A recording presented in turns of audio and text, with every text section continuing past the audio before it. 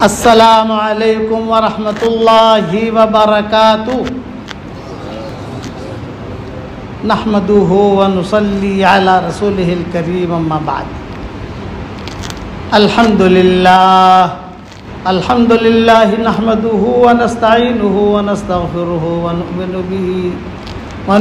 به ونتوکل علیہ ونعوذ باللہ من شرور انفسنا ومن سیئات اعمالنا من يهده اللہ فلا مضل له ومن يضلله فلا هادي له ونشهد ان لا اله الا الله وحده لا شريك له ونشهد ان سيدنا ومولانا محمدا عبده ورسوله صلی اللہ علیہ وعلا آلہ واصحابہ وبارک وسلم تسلیما کثیرا کثیرا اما بعد فاعوذ باللہ من الشیطان الرجیم بسم اللہ الرحمن الرحیم ومن احسن قولا ممن دعا الى اللہ وعمل صالحا وقال اننی من المسلمین صدق اللہ العظیم۔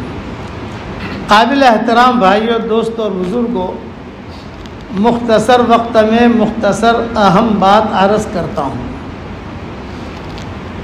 اللہ کی طرف جو آدمی کسی کو بلائے، جسے داعی کہتے ہیں، تو اس کی بنیادی صفت ہے کہ اس کے اخلاق بہت اونچے ہونے چاہیے۔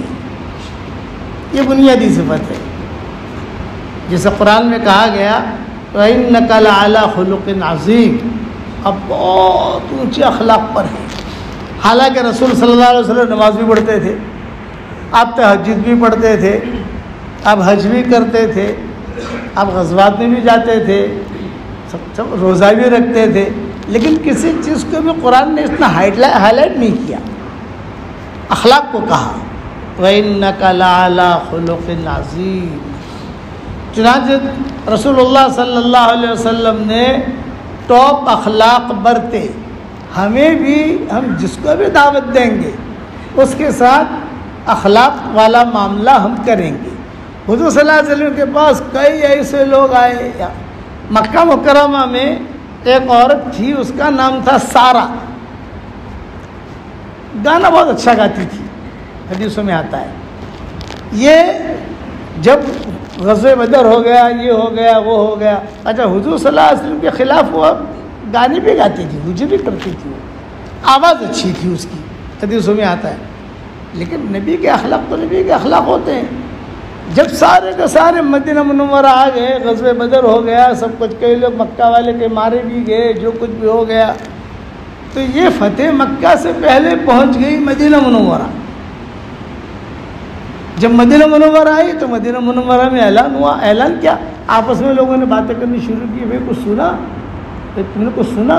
کرنا تو سارا آئی ہے مکہ والے، اچھا سب پہچانتے تھے، یہ سب جتنے تھے یہ پہلے اس کے گانے سنے ہوئے تھے وہاں مکہ مکرمہ میں، تو سب کہتے تھے بھائی سارا۔ اچھا حضور صلی اللہ علیہ وسلم کو کچھ پتہ نہیں، آپ کو معلوم نہیں ہے، لیکن عام لوگوں میں چرچے ہو رہے تھے کہ سارا آئیے، سارا آئیے، مدینہ منورہ آئیے، مدینہ منورہ آئیے۔ آپ صلی اللہ علیہ وسلم کو کچھ پتہ نہیں، امہات المومنین کو کچھ پتہ نہیں، یہاں تک کہ عورتوں کے ذریعے سے باتیں چلتے چلتے چلتے امہات المومنین تک پہنچی۔ امہات المومنین بھی پہچانتی تھی، یہ قریش تھی، وہ بھی مکہ کی رہنے والی ہے، وہ بھی مکہ کی رہنے والی۔ یہ حتیم جو ہے، حتیم کے پاس وہاں اس کا خیمہ لگتا تھا رات کے وقت میں، اور وہ گانا گاتی تھی۔ اشعار جتنے بھی عمرہ والے آتے تھے بے ایمان دور دور سے، تو پہلے سے اس کی قیمت وغیرہ دے دیتے تھے، بھائی فلاں رات ہماری، فلاں رات ہماری، فلاں رات ہماری، رات بھر ہمیں گانے سنانا۔ حضور صلی اللہ علیہ وسلم کے کان میں بھی آوازیں پڑتی تھی، آپ پوچھتے تھے مکہ میں بھی یہ کون ہے، یہ آواز آتی ہے یہاں سے، لیکن چونکہ بھی اسلام کو اتنا عروج ہوا نہیں تھا، اس لیے کچھ بول نہیں سکتے تھے، یہ سارا مدینہ منورہ آ گئی، جانتے سب تھے۔ تو ماؤں نے تذکرہ کیا رسول صلی اللہ علیہ وسلم سے، حضرت کو سنا آپ نے؟ نہ، سارا آئی ہے۔ کون سارا؟ ارے وہ سارا جو گانا بہت اچھا گاتی تھی مکہ میں۔ اچھا، ارے یہاں کیوں آئی؟ خدا نہ خواستہ کہیں یہاں کوئی بگاڑ پیدا نہ کرے، کوئی اڈا نہ بنائے یہاں مدینہ منورہ کے اندر. یہ باتیں ہوئی آئی ہے وہی ختم ہو گئی. حضور صلی اللہ علیہ وسلم نے تحقیق نہیں کی کیوں آئی ہے، کیا ہے کیا نہیں. آپ کے سامنے تو ماؤں کے ذریعے سے خبر آئی، کسی صحابی کے ذریعے سے یا کسی بڑے آدمی کے ذریعے سے کوئی خبر آئی نہیں. آپ خاموش رہتے تھے، آپ ادھڑ بن میں نہیں پڑتے تھے، ڈیپ میں نہیں جاتے تھے، کیا ہوا کیسے ہوا کچھ خاموش رہے. ایک دن ایسا ہوا کہ حضور صلی اللہ علیہ وسلم بیٹھے ہوئے ہیں مجلس میں، اور یہ سارا جو ہے سب کے سامنے آپا بن کر آ گئی، اوڑھنی اوڑھ کر یہ اوڑھ کر. صحابہ نے دیکھا، صحابہ تو پہچانتے تھے کہ پہلے شرک کی حالت میں ان لوگوں نے بہت گانے سن رکھے تھے. حاتب ابن یہ بتایا تھے یمن کے، جو یہ بدری صحابی ہیں، یہ بہت گانا سنتے تھے اور بہت ٹپ بھی دیتے تھے شرک کی حالت میں، پیسہ بھی دیتے تھے اور گا. اب حضور صلی اللہ علیہ وسلم کی نظر اٹھائی حضور نے، اچھا یہ کون ہے؟ پھر حضور نے خود نے کہا انت سارا، تو سارا ہے؟ ہاں. تو آپ نے جواب پوچھا جیت مہاجرہ، یہ اخلاق پر بتا رہا ہوں، ٹاپ اخلاق. حالانکہ حضور کے ساتھ حضور صلی اللہ علیہ وسلم کی ہجوم میں اس نے جو ہے گانے گائے ہیں اور بڑے یعنی خطرناک گانے گائے ہیں حضور صلی اللہ علیہ وسلم کی مخالفت کے اندر، سب پتہ ہے حضور صلی اللہ علیہ وسلم کو. لیکن کیا پوچھ رہے ہیں جیت مہاجرہ، ہجرت کر کے آئی ہو؟ نہیں. تو کیا پھر اسلام لانے آئی ہو؟ اس لیے کہ مکہ مدینہ منورہ میں کوئی آتا، ایک آدمی، 2 آدمی، 4 آدمی، 5 آدمی، یہ اگر مدینہ منورہ میں آئے تو کوئی لڑائی کے لیے نہیں آتے تھے. 1-2 آدمی اتنا بڑے جتھے کا کیا مقابلہ کرے گا، اور ایک عورت کیا مقابلہ کرے گی. ہاں 100، 50، 100، 200، 300 ہتھیار لے کر آئے تو سمجھا جاتا تھا کہ یہ لوگ کوئی بری نیت سے آئے ہیں. یہ دیکھا کہ یہ عورت، آپ سوال کر رہے ہیں جیت مہاجرہ، ہجرت کر کے آئی؟ کرونا مسلمان بننے آئی ہو؟ فرمایا نہ. آپ نے فرمایا پھر کیوں آئی ہو؟ تو سارا نے کہا میں اس لیے آئی ہوں کہ بڑھاپے نے ڈیرا ڈال دیا، میری آواز بھی خراب ہو گئی، ہڈیاں بھی کمزور ہو گئی، پیٹھ جو ہے یہ بھی تھوڑی سی جھکنے والی بن گئی، بیماریوں نے مجھے گھیر لیا، اور جتنے میرے کسٹمر تھے یعنی جو میرا گانا سنتے تھے، پیسہ دیتے تھے، وہ کئی لوگ تو جو ہے بدر میں مارے گئے، اور جو بچے کچے تھے یہ آپ کے پاس آ گئے سارے کے سارے. صحابہ بیٹھے ہوئے تھے کہ جو بچے کچے تھے وہ آپ کے پاس آ گئے. اب میرے لیے روزی روٹی کا کوئی انتظام نہیں رہا. تو آپ نے جھڑکا نہیں، بھاگ یہاں سے، کیوں آئی ہے؟ اور یہ نہیں. آپ نے فرمایا اچھا تو کیوں آئی ہو؟ فرمایا حضرت میری کچھ مدد کرو، یہ مدد لینے آئی ہے. تو رسول اللہ صلی اللہ علیہ وسلم نے وہیں بیٹھے بیٹھے اعلان کیا ہاں ضرور میں تیری مدد کروں گا، ضرور مدد کروں گا. اور کہا میں مسلمانوں پر کوئی بوجھ نہیں ڈالوں گا. یہ نہیں کہ مسلمان تم بھی نکالو نہ، میں بنی قریش جو ہے، قریش میرے گھر والے جس میں حضرت علی ہے، حضرت عباس ہیں، فضل ابن عباس ہیں، ان لوگوں کو کہوں گا بھی قریش میرے رشتہ دار تم کو جمع کرو. چنانچہ چادر بچھائی گئی اور قریش نے جو ڈالنا تھا وہ ڈالا، امہات المومنین نے بھی ڈالا، حضور صلی اللہ علیہ وسلم نے بھی ڈالا، اور حضور صلی اللہ علیہ وسلم نے کہا کہ لے سارا یہ لے کر تو چلی جا. یہ اخلاق آج ہمارے زمانے میں ہوتا تو اللہ معاف فرمائے، اگر اس وقت میں جتنے بھی معمولی سے کھانے میں نمک بھی زیادہ پڑ جائے تو بیوی پر اتنا غصہ ہوتا ہے، ارے تو نے نمک زیادہ ڈالا، یہاں ملی ہے اوپر مت ملنا، اتنا غصہ ہوتا ہے آدمی. اور وہاں سب معلوم ہے اس نے یہ کیا. آپ نے جو ہے خوب مال دیا، یہ دیا، جاؤ لے جاؤ، کوئی بات نہیں، جاؤ. انک لعلی خلق عظیم. فتح مکہ کے موقع پر اس کے بارے میں بعض صحابہ نے کہا کہ اسے قتل کر دیا جائے، اس لیے کہ اس نے آپ کے خلاف بہت یعنی آپ کے خلاف بہت باتیں کہی ہیں. آپ نے فرمایا نہیں، معاف کر دو اس کو. پھر مسلمان ہوئی اور بقیع میں آ کر دفن ہوئی. حالات ایسے چلے کہ بقیع میں آ کر دفن ہوئی. یہی آیت نازل ہوئی یا ایھا الذین آمنوا لا تتخذوا عدوی وعدوکم اولیاء تلقون الیہم بالمودہ. یہ آیت جو ہے یہ سارا کے بارے میں نازل ہوئی ہے، کیونکہ سارا کا اور وہ صحابی جو تھے ان کا بہت زیادہ تعلق تھا حاتم بن بلتعہ کا، بہت پرانا تعلق. پرانا تعلق کا مطلب اب تو مسلمان، یہ تو مسلمان ہے، بدری ہے، وہ تو مشرکہ ہے، لیکن پرانی یادیں. جب وہ نکلنے لگی سارا تو حاتم بن بلتعہ نے پوچھا سارا مکہ مکرمہ کب جا رہی ہو؟ اور بس 1-2 دن میں جا رہی ہوں. اچھا میرا ایک پرائیویٹ کام ہے، کرو گی؟ ہاں کروں گی. تم کہاں ٹھہری ہو؟ کسی کا نام لیا، نام مجھے یاد رہا نہیں، کوئی یہودی تھا، میں وہاں ٹھہری ہوئی ہوں، تم وہاں آ جانا. یا حاتم بن بلتعہ وہاں پہنچ گئے. حضور صلی اللہ علیہ وسلم کو کچھ پتہ نہیں، آپ کو کچھ پتہ نہیں کہ باتیں ہوئی ہیں دونوں کی. اور وہاں پہنچ کر کہا بس پرائیویٹ کام اتنا ہے کہ میرا خط ہے، تم چپکے سے مکہ کے جو بڑے بڑے چودھری ہیں ان کو دے دینا. خط دے دیا حاتم بن بلتعہ نے، اگر کسی کو پتہ نہ چلے. اگر بہت اچھا، اس نے اپنے چوٹی میں چھپا لیا اور حاتم بن بلتعہ آ گئے مسجد کے اندر. کسی کو پتہ نہیں کہ چپکے سے انہوں نے خط دیا ہے. اور خط کیا تھا اس میں؟ خط میں یہ تھا کہ وہ فتح مکہ کی تیاریاں ہو رہی تھی تو وہ سارا راز انہوں نے لکھ دیا حاتم بن بلتعہ نے. یہ آیتیں نازل ہو گئی حضرت آپ تو سارا کا اکرام کر رہے ہیں، یہ کر رہا، یہ ہو رہا، لیکن وہ گئی ہے کچھ لوگوں کو بھیجو دلی سے خط منگوا لو. چنانچہ آپ نے فرمایا ابھی وہ جو کل عورت آئی تھی نا سارا، وہ گئی ہے اور اس کو کوئی پکڑ کے لانا تو نہیں ہے، لیکن اس کے پاس ایک خط ہے، وہ خط لے آؤ. کون تیار ہے؟ حضرت علی نے کہا میں تیار ہوں. دوسرا کون تیار ہے؟ فلاں تیار ہے. 3 یا 4 صحابی تیار ہو گئے، انہیں دوڑایا. وہ اپنی عورت کی رفتار سے جا رہی تھی، انہوں نے جا کر پکڑ لیا. بھائی وہ خط تمہارے پاس ہے، خط دے دو. میرے پاس تو کوئی خط نہیں ہے. آیت نازل ہوئی ہے خط دو.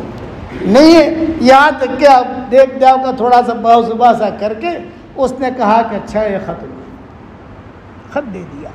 جہاں خط دیا یہ روانہ ہونے لگے صحابہ. ایک صحابی نے حضرت علی سے کہا کہ امیر صاحب ذرا خط کھول کے دیکھ بھی لو، وہی خط ہے جو لے کے جا رہی تھی یا کوئی اور پرچہ ہے؟ یہ میں تو سکتا ہے کوئی اور پرچہ ہو. خط دیکھو. کھولا، حاتم بن بلتعہ کا خط تھا. لائے حضور صلی اللہ علیہ وسلم کے پاس، حضور کو دیا. حضور نے کہا تھا اسے کچھ چھیڑنا مت، جانے دینا مکہ، ہمارا مطلب تو ہے خالی خط سے، خط مل جائے. حضور صلی اللہ علیہ وسلم امی تھے. حضرت علی نے دیا. اب نے پڑھ کے سناؤ. حضرت علی نے پڑھ کے سنایا اور آپ سنتے گئے اور سر پر ہاتھ رکھتے گئے. اوہو انا للہ و انا الیہ راجعون. اتنا راز میں مشورہ کر رہے تھے اور اس نے یہ خط لکھ دیا. بلاؤ حاتم بن بلتعہ کو، بلاؤ ابوبکر کو، بلاؤ عمر کو. اخلاق سمجھا رہا ہوں. بلاؤ فلاں کو، بلاؤ کو. ساری شورا جمع ہو گئی. حضور صلی اللہ علیہ وسلم کے بعد جب حاتم بن بلتعہ آئے تو آپ نے فرمایا یہ خط تمہارا ہے؟ ہاں. یہ مہر بھی تمہاری ہے؟ ہاں. یہ دستخط بھی تمہارے ہیں؟ ہاں. تو آپ نے فرمایا کہ ایسا ہمارا راز کا خط تم نے کیسے بھیجا؟ حضور صلی اللہ علیہ وسلم نے حضرت ابوبکر کو دیا، پڑھو بھی. حضرت عمر کو دیا، پڑھو. حضرت عمر جو جوش میں آ گئے، مرنی یا رسول اللہ نقتلہ، آپ مجھے حکم کر دیں میں بھی قتل کر دوں. آپ نے فرمایا نہیں، یہ بات نہیں. حضور نے سب کے سامنے پوچھا یہ ہمارا راز تم نے کیسے لکھا ہوا اور کیوں لکھا؟ حاتم بن بلتعہ نے کہا کہ حضرت میرا کوئی ارادہ راز کے افشا کا نہیں تھا، میرے بیوی بچے وہاں ہیں، میں نے سوچا مکہ والوں پر ذرا احسان کر لوں، راز بتا دوں کہ مکہ مکرمہ فتح کے لیے ہم لوگ آ رہے ہیں، حضور صلی اللہ علیہ وسلم آ رہے ہیں، ذرا اپنی حفاظت کرنا اور ساتھ ساتھ میں میرے بیوی بچوں کی بھی حفاظت کرنا، میرے بیوی بچوں کو تکلیف نہ ہو، اس لیے میں نے یہ کیا ہے. ویسے کیا رسول کے راز کا افشا کرنا یہ میرا مقصد نہیں تھا. تو حضور صلی اللہ علیہ وسلم خاموش رہے. اب عمر جو ہے پھر سے بول کہ حضرت نہیں آپ مجھے حکم دے دیں میں اسے قتل کروں. آپ نے فرمایا نہیں عمر، تمہیں یاد نہیں ہے یہ بدری ہے. اور بدر والوں کے بارے میں کہا گیا ہے کہ تم سے کوئی بھی چوک ہو جائے تو اللہ نے تمہیں معاف کر دیا ہے. یہ اخلاق برتے. سارا کے ساتھ بھی اخلاق برتے, حاتم بن بلتعہ کے ساتھ بھی اخلاق برتے, اپنوں کے ساتھ بھی اخلاق برتے, پرائیوں کے ساتھ بھی اخلاق برتے. طائف والے آئے مدینہ منورہ, طائف والوں کو کون نہیں جانتا؟ طائف والوں کو کون نہیں جانتا؟ ان کے دھمار اور ان کے چوچلے اور ان کے پریشان کرنا کس سے معروف مشہور ہے. لیکن جب یہ اسلام لانے کے لیے مدینہ منورہ میں آئے تو مغیرہ ابن شعبہ جو ہے یہ بکریاں چرا رہے. مغیرہ ابن شعبہ نے دیکھا یہ کوئی بڑے لوگ آ رہے ہیں, بڑی تلواریں ہیں اور گھوڑے بھی جو ہے زینے سجی ہوئی ہیں اور ٹھاٹ کے ساتھ آ رہے ہیں. جب قریب آئے مغیرہ ابن شعبہ سمجھ گئے کہ ارے یہ تو طائف والے, ارے تو طائف والے. فوراً مغیرہ ابن شعبہ بھاگے. راستے میں ابو بکر ملے, یا مغیرہ, یا مغیرہ, مغیرہ کہاں جا رہے ہو, کہاں جا رہے ہو؟ یہ فرمایا ابشرک یا ابا بکر و ابشر رسول صلی اللہ علیہ وسلم, ابو بکر تمہیں بھی خوشخبری دے رہا ہوں, حضور صلی اللہ علیہ وسلم کو خوشخبری سنانے جا رہا ہوں. میں بتاؤ تو صحیح کیا خوشخبری ہے؟ کہ طائف والے آ گئے, تلواریں لے کر آئے لیکن لڑنے نہیں آئے. وہ 4 5 6 آدمی ہیں, وہ کیا لڑیں گے؟ لیکن یہ انداز ہے کہ مسلمان ہونے آئے ہیں, اس لیے میں حضور کو خوشخبری دینے جا رہا ہوں. صدیق اکبر نے کہا اللہ اللہ, نہیں نہیں نہیں, تو خوشخبری مت دینا, یہ خوشخبری میں دوں. مجھے زیادہ خوشی ہوگی کہ میں حضور صلی اللہ علیہ وسلم کو جا کر خوشخبری دوں. تو جا واپس اور ان کے بعد جا کر نبی کی کیا آداب ہیں, ان کی مجلس کی کیا آداب ہیں وہ سمجھاتا آ. بس چنانچہ صدیق اکبر آئے بھاگے بھاگے حضور صلی اللہ علیہ وسلم کے بعد, ہانپتے کانپتے. آپ نے فرمایا خیر, یہ خیر ہے, کیوں آئے؟ طائف والے آ گئے. اچھا طائف والے آ گئے, ماشاء اللہ, بڑی خوشی کی چیز تھی.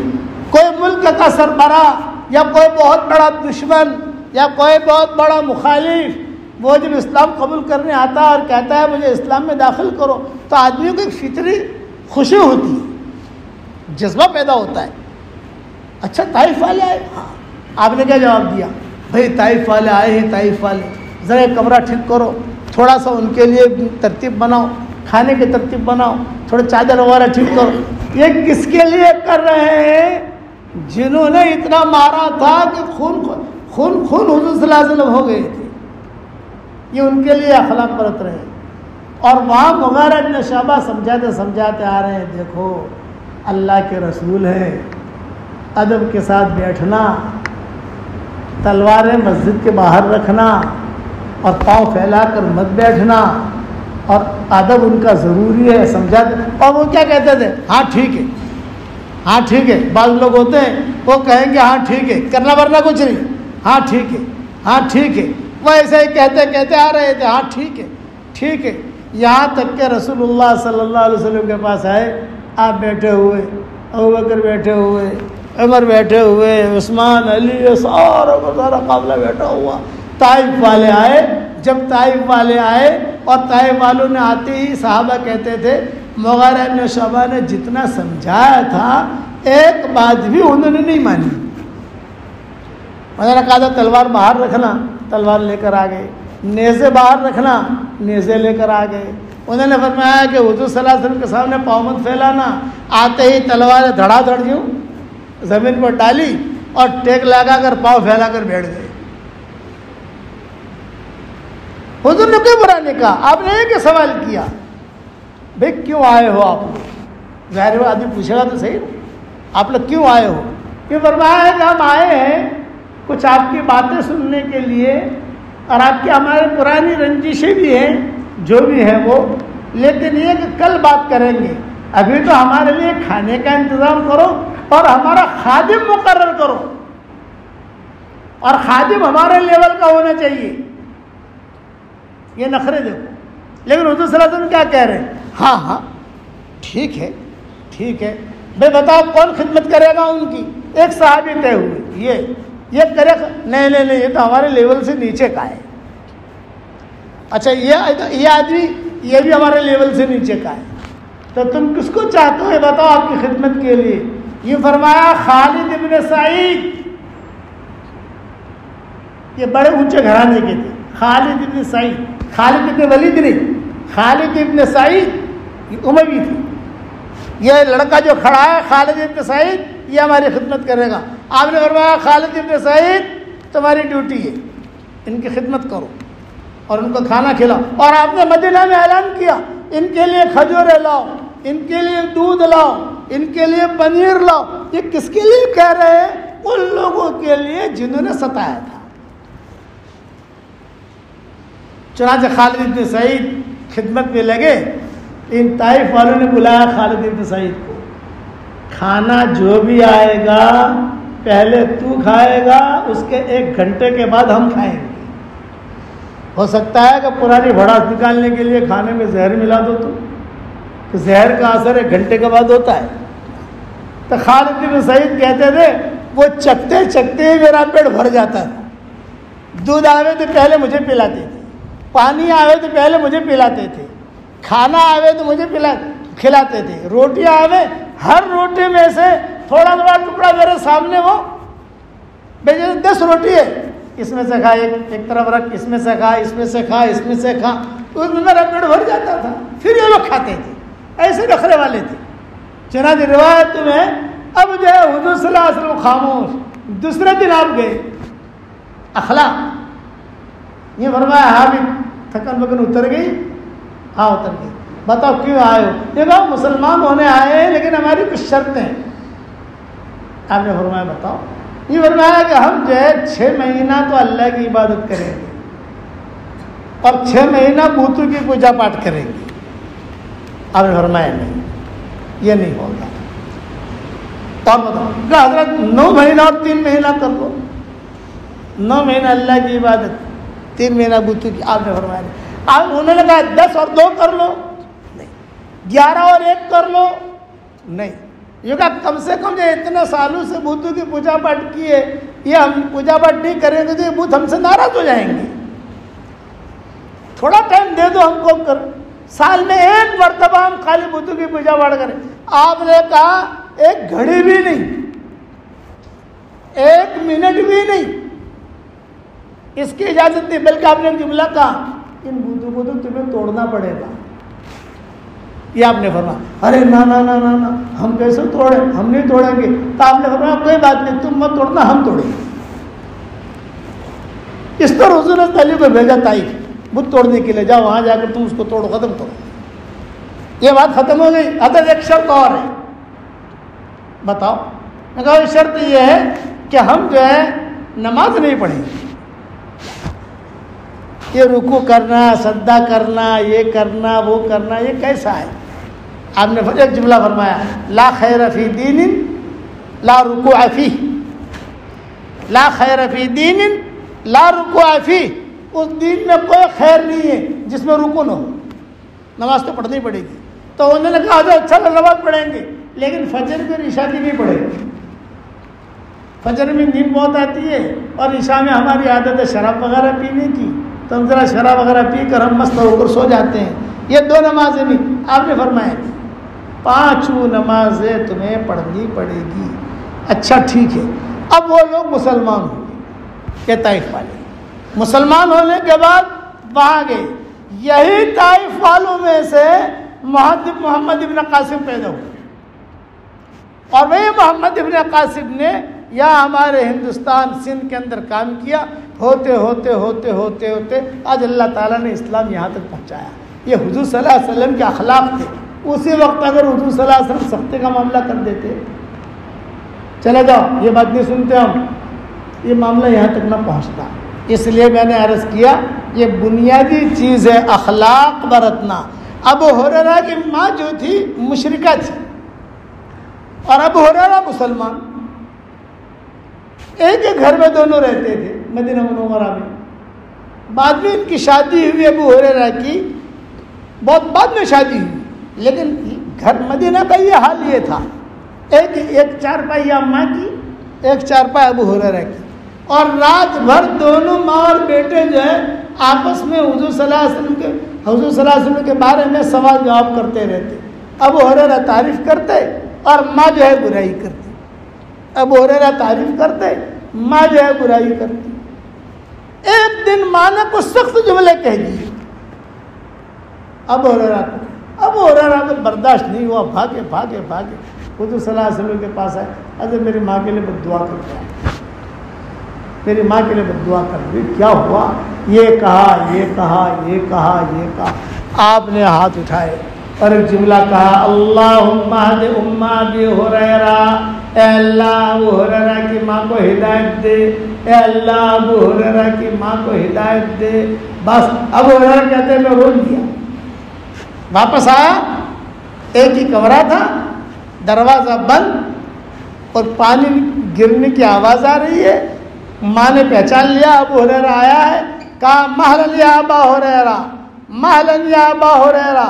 ابو ہریرہ ٹھہرنا آنا مت, ٹھہرنا آنا مت. میں درخت کے نیچے کھڑا ہو گیا. چنانچہ ابو ہریرہ رضی اللہ تعالیٰ عنہ فرماتے ہیں میری ماں نے دروازہ کھولا, اپنی اوڑھنی وغیرہ ٹھیک کی, بال وغیرہ ٹھیک کیے, اور پانی پڑا ہوا تھا, اور دروازہ کھولتے ہی میری ماں نے کہا اشہد ان لا الہ الا اللہ واشہد ان محمد رسول اللہ. یہ اخلاق. ابو ہریرہ کہتے ہیں میں نے جو سنا میں گھر میں داخل نہیں ہوا, واپس گیا حضور صلی اللہ علیہ وسلم کے پاس تشریف فرماتے. ابو ہریرہ نے کہا کہ حضرت روتا ہوا آیا تھا اور ہنستا ہوا واپس آ رہا ہوں.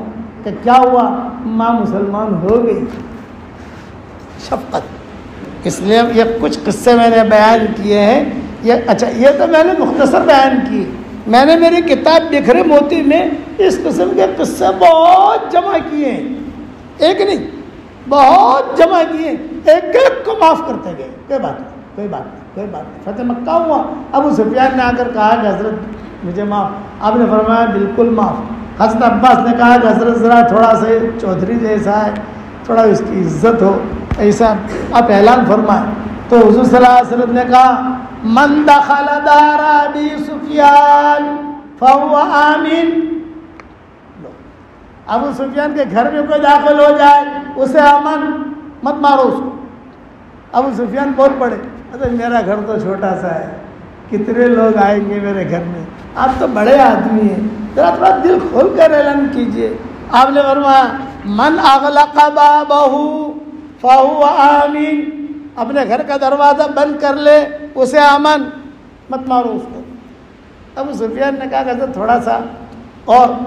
تو آپ نے تیسری مرتبہ کہا من دخل دار حکیم ابن حزام فہو آمین. یہ حکیم ابن حزام بہت بڑے زمیندار تھے, بہت بڑے چودھری تھے, بہت بڑا بنگلہ تھا ان کا. من دخل دار حکیم ابن حزام فہو آمین. حکیم ابن حزام کے گھر میں جو آ جائے اسے امن. ابو سفیان نے کہا کہ اس کے بغلے میں بھی کتنے آئیں گے, مکہ میں تو مرد اور عورتیں بچے بھرے ہوئے ہیں. آپ ذرا حضرت اور آپ نے فرمایا من دخل مسجد الحرام فہو آمین. جو مسجد حرام میں آ جائے اسے امن. تو ابو سفیان نے کہا کہ حضرت کوئی بیچارہ گاؤں سے آتا ہوگا, جدہ سے آتا ہوگا, کوئی یہاں سے آتا ہوگا, مسجد حرام میں پہنچتے پہنچتے کوئی مار دے گا. تو فرمایا من القی السلاح, جو اپنے ہتھیار کو ڈال دے اسے امن. حضرت اگر ہتھیار نہ ہوا تو اچھا کوئی بیٹھ جائے, میرے سامنے سے کوئی آ رہا ہے, بیٹھ گیا, چلو میں بیٹھ گیا, اسے امن. یہ اعلان سن کر یہ سارے کے سارے مکہ والے دنگ رہ گئے. یہ کیا آدمی ہے, یہ کون ہے؟ اس لیے حضور صلی اللہ علیہ وسلم نے ایک ایک کو کہا, ایک ایک کو. اکرمہ بھاگ کر چلے گئے تھے, لمبا قصہ ہے. بعد میں جب ان کی بیوی لے کر آئی تو کہا کہ حضرت یہ میرا شوہر ہے, بھاگ گیا تھا. آپ نے فرمایا اکرمہ بھی کیا چاہتے ہو؟ پھر آپ کیا چاہتے ہو؟ تو کلمہ پڑھ لو, مسلمان ہو جائے گا. کون ہے؟ ابو جہل کا بیٹا, جس کے بارے میں اعلان ہو گیا تھا جہاں ملے قتل کرو. صفوان بن امیہ جہاں ملے قتل کرو. اکرمہ بن ابی جہل جہاں ملے قتل کرو. سب کو حضور نے معاف کر دیا. تو بھی معاف, تو بھی معاف, تو بھی معاف. کچھ لوگ صرف ایسے تھے, کچھ گنے چنے جو مقابلے پر آئے تھے خالد بن ولید کے, تو انہوں نے ان کو صرف مارا ہے, باقی کسی نے کسی کو نہیں مارا. یہ اخلاق برتے. اس اخلاق کی وجہ سے سارا کا سارا عرب جو ہے وہ یعنی پکڑ میں آ گیا، کہنے لگا کہ رے اتنا اونچا آدمی یہ کیا کیا انہوں نے ہمارے ساتھ۔ اس لیے میرے پیارے بھائیوں، دوست، بزرگوں، 3 باتیں ذہن میں رکھنا۔ داعی کے اخلاق بہت اونچے ہوں گے، داعی شفیق ہوگا، انی لکم ناصح امین، یہ کہا نصیحت، شفیق ہوگا۔ اور تیسرا، یہ داعی سب کے لیے اللہ کے سامنے دعائیں مانگے گا، سب کے لیے، اے اللہ اس کو بھی تو معاف کر، اس کو بھی معاف کر، اس کو بھی معاف کر، اس کو بھی معاف کر۔ چنانچہ ہندا جو تھی وہ کہتی تھی کہ جب ابو سفیان نے اعلان کر دیا بھائی باپ میں تو مسلمان ہو گیا ہوں، یہ ہندا بڑی خطرناک تھی، اس نے سب کے سامنے ابو سفیان کی مونچھیں پکڑ کر، ابو سفیان کی بیوی تھی تو اس نے فوراً اس کو پچھاڑا ابو سفیان کو، اور سارے مجمع کے سامنے کہا او مکہ کے نوجوانوں میرے شوہر کو قتل کرو، کالا نامرد اقتل الدسم الاحمش، یہ کالا نامرد ہے، اسے قتل کرو، اسے۔ اتنے دن حضور سے لڑتے رہے، آج ہم یہ کریں گے تو ابو سفیان کیا کہتے تھے، اے بچوں یہ بڑھیا کی بات مت ماننا، سب مر جاؤ گے تم، اس کی بات مت ماننا، میری بات ماننا، یہ اللہ کے نبی ہے۔ بات یہ ہندا بھی مسلمان ہو گئی۔ اس لیے 3 باتیں مختصر وقت میں عرض کر دی، اخلاق، شفقت، اور رات کو اللہ کے سامنے رونا۔ کرو گے انشاءاللہ بھائی؟ اور یہ چیز بغیر اللہ کے تعلق کے نہیں ملتی، بغیر اللہ کے نہیں ملتی، بغیر کلمے کے، بغیر ضربے لگائے نہیں ملتی۔ اس کے لیے خوب ذکر کا اہتمام ہو، دعاؤں کا اہتمام ہو۔ اور میں نے 3 نصیحتیں کی تھی ابھی عصر کے بعد بچوں کو، وہی آپ کو بھی کرتا ہوں۔ یعلم سرکم، اللہ ہمارا باطن جانتا ہے، وجہرکم، ہمارا ظاہر بھی جانتا ہے، ویعلم ما تکسبون، ہم جو کرتے ہیں وہ بھی اللہ کو معلوم ہے، چھپا ہوا نہیں ہے۔ اللہ کے ساتھ اپنا معاملہ کلیئر کرو، اگر چوک ہو جائے استغفار کرو، استغفار کا دروازہ کھلا ہوا ہے۔ صحیح حدیث میں آتا ہے 24 گھنٹہ اللہ اپنا دونوں ہاتھ پھیلاتے ہیں، 24 گھنٹہ۔ ان اللہ یبسط یدہ باللیل لمسیء النہار ویبسط یدہ بالنہار لمسیء اللیل، رات میں اللہ ہاتھ پھیلاتے ہیں اور کہتے ہیں وہ دن کے گنہگار آ جا میں تجھے معاف کر دوں، دن میں اللہ ہاتھ پھیلاتے ہیں اور کہتے ہیں اے رات کے گنہگار آ جا میں تجھے معاف کر دوں، کیا بچا؟ اللہ تعالیٰ خود کہتے ہیں۔ بلکہ بعض حدیثوں میں کتابوں میں یہ بھی لکھا ہے گناہ ہو گیا، اب آدمی کیا کہتا ہے، یہ کہے گا اللہ مجھے معاف کر دے، تو اس نے کہا اے اللہ، آگے بھی کچھ بولا نہیں، دل میں کیا ہے مجھے معاف کر دے کہنا ہے، اس نے کہا اے اللہ، اللہ جواب دیتے جا معاف کر دیا۔ کریم ان اتیتنی لیلا قبلتک ان اتیتنی نہارا قبلتک تبارزنی بالمعاصی فی النہار وانا اکلوک علی فراشک فی اللیل، رات میں آئے گا میں تجھے قبول کر لوں گا، دن میں آئے گا تو میں تجھے قبول کر لوں گا، گھبرا مت۔ چوک ہو گئی۔ میرے والد صاحب رحمۃ اللہ علیہ بہت پیاری بات فرماتے تھے، بیٹا ہم فرشتے نہیں ہیں کہ ہم سے گناہ نہ ہو، یہ ابا کہتے تھے، اور ہم شیطان بھی نہیں ہیں کہ ہم توبہ نہ کریں، فرشتوں سے گناہ نہیں ہوتا اور شیطان جو ہے وہ توبہ نہیں کرتا، ہم تو انسان ہیں، گناہ ہوگا فوراً توبہ کرو۔ جہاں گناہ ہو گیا، گناہ کی مثال ہے جراثیم کی، گناہ کی مثال ہے جراثیم کی، اور جب توبہ کی جو مثال ہے وہ اینٹی بائیوٹک کی ہے۔ جراثیم آتے ہیں تو اینٹی بائیوٹک لیتے ہی نہیں لیتے، بعض اینٹی بائیوٹک بہت ہائی لیول کی ہوتی ہے۔ ہم حج جو ہم کرتے ہیں مکہ مکرمہ میں، تو ہمیں جو حج کراتا ہے بادشاہ کا ڈرائیور ہوتا ہے علی اللحیانی، اس نے ہمیں قصہ سنایا، اس نے حج میں ہم بیمار ہو گئے، کئی لوگ جو ہے عربوں کے ساتھ حج تھا ہمارا، طبیعت بہت خراب ہوئی، تو ایک ڈاکٹر شریف ہے، مصری ہے، یہ شاہی ڈاکٹر ہے، میں نے ان ساتھیوں سے کہا کہ ڈاکٹر شریف کو ذرا بلا لو، کوئی دوائی بہت دے دے، مینا پہلا دن اور بخار اور سردی اور نزلہ. ڈاکٹر شریف آئے اور ڈاکٹر شریف نے جو یہ دیکھا انشاءاللہ شیخ خیر انا جبت دوا. قریب کے خیر میں ٹھہرے ہوئے تھے. انا جبت دوا.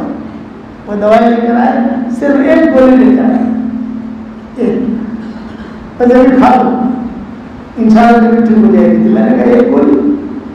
یہ کہا ہاں, یہ ہمارے یہاں بادشاہ وغیرہ جب بیمار ہوتے ہیں ہم یہ گولی دے دیتے ہیں.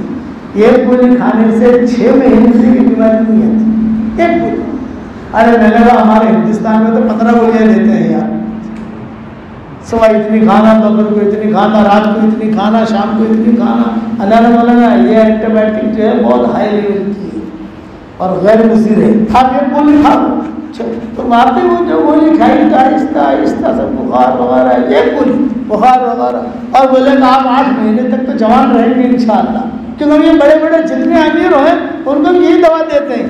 وہاں سے چکم لا نہیں سکتے لیکن اجازت لے کر لاتے ہوئے حج میں جا رہے ہیں, حاجی بیمار ہوا تو وہ لوگ نہیں دیتے ہیں. حالانکہ دینے کی اجازت نہیں حکومت کی طرف سے, لیکن ہم چونکہ ڈاکٹر ہیں, اسپتال میں ذمہ دار ہیں.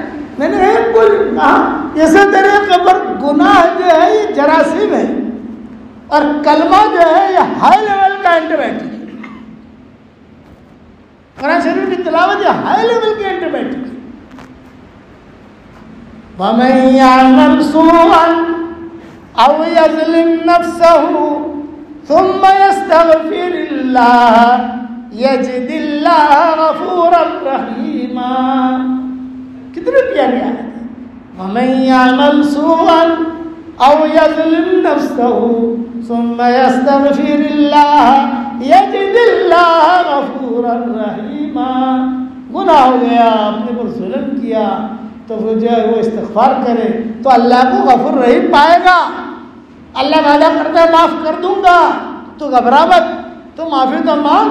اس لیے اگر ہم سے چوک ہو جائے, اسی لیے ہمارے مشاہد کیا کہتے ہیں, اٹھتے بیٹھتے اے اللہ معاف کر دے, اے اللہ معاف کر دے, اے اللہ معاف کر دے. بہت خوش قسمت ہے وہ آدمی کہ حشر کے میدان میں اس کے نامہ اعمال میں استغفار زیادہ ہو. یہ اٹھتے بیٹھتے معافی مانگو, اے اللہ معاف کر دے, اے اللہ معاف کر دے, اے اللہ معاف کر دے, اے اللہ معاف کر دے. کرو گے انشاءاللہ. اس لیے یہ مختصر وقت میں مختصر نصیحت کی باتیں کی. اللہ تعالیٰ آپ کو بھی عمل کرنے کی توفیق عطا فرمائے, مجھے بھی عمل کرنے کی توفیق عطا فرمائے. پھر صبح شام کی جو دعائیں ہیں, صبح شام کے اذکار ہیں, دھیان کے ساتھ آدمی پڑھے, نماز دھیان کے ساتھ پڑھے, مزہ آئے گا. قرآن پڑھنے والا اللہ سے بات کرتا ہے. اب اس طریقے سے پڑھو تو مزہ آئے گا. کرو گے انشاءاللہ بھائی. اللهم صل على محمد وعلى آل محمد كما صليت على إبراهيم وعلى آل إبراهيم إنك حميد مجيد. اللهم لك الحمد كما أنت أهله, وصل وسلم على سيدنا محمد كما أنت أهله, وافعل بنا ما أنت أهله فإنك أهل التقوى وأهل المغفرة. اللهم لا تردنا خائبين, اللهم لا تردنا حازنين, اللهم لا تردنا خاسرين, بل ردنا الى دیننا ردا جمیلا.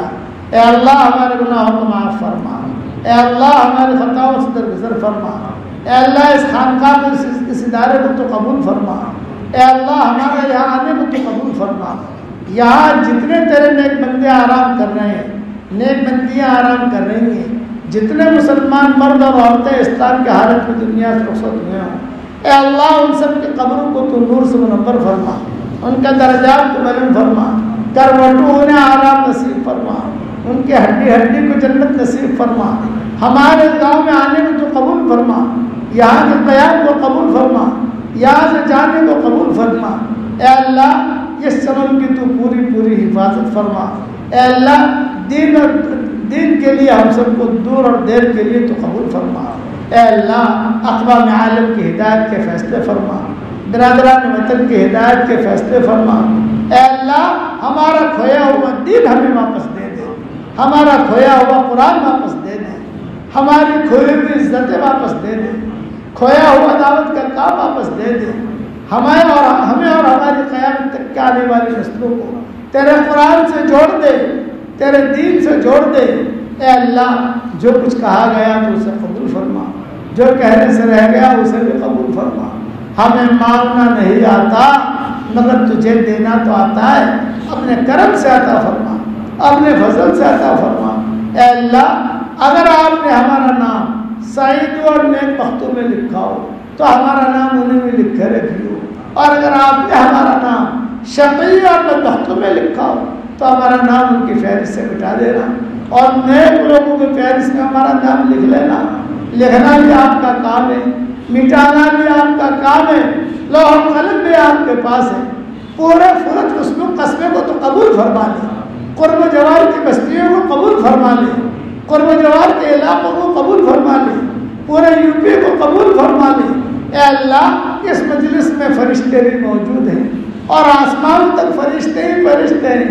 اے اس مجلس کے فرشتوں, ہمارا رب ہم ضرور